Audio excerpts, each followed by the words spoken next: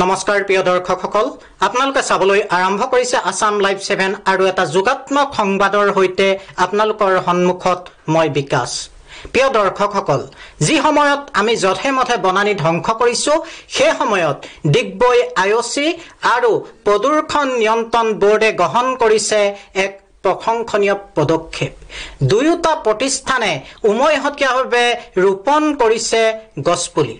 জাপানৰ এক বিশেষ পদ্ধতি আকিয়া মিয়াআকি পদ্ধতিৰ জৰিয়তে এই দুয়োটা প্ৰতিষ্ঠানে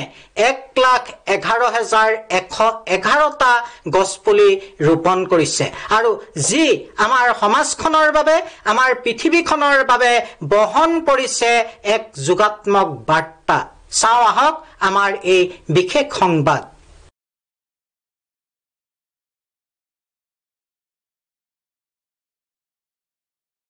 ডিগবৈ আইঅচি আৰু প্ৰদূষণ নিয়ন্ত্ৰণ বোৰ্ডৰ প্ৰশংসনীয় পদক্ষেপ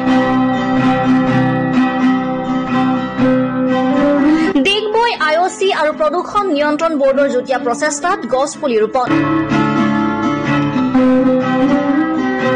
জাপানৰ এক বিশেষ আকিৰা মিয়াৱাকি পদ্ধতিৰ জৰিয়তে 1,11,111টা গছ পুলি ৰোপণ কৰা হয় মোট 4 হেক্টৰ মাটিত ৰোপণ কৰা হ'ব এই গছপুলিসমূহ ডিগবৈৰ পৰা হাছান আক্তাৰ ফৰিদৰ ৰিপৰ্ট আসাম লাইভ 7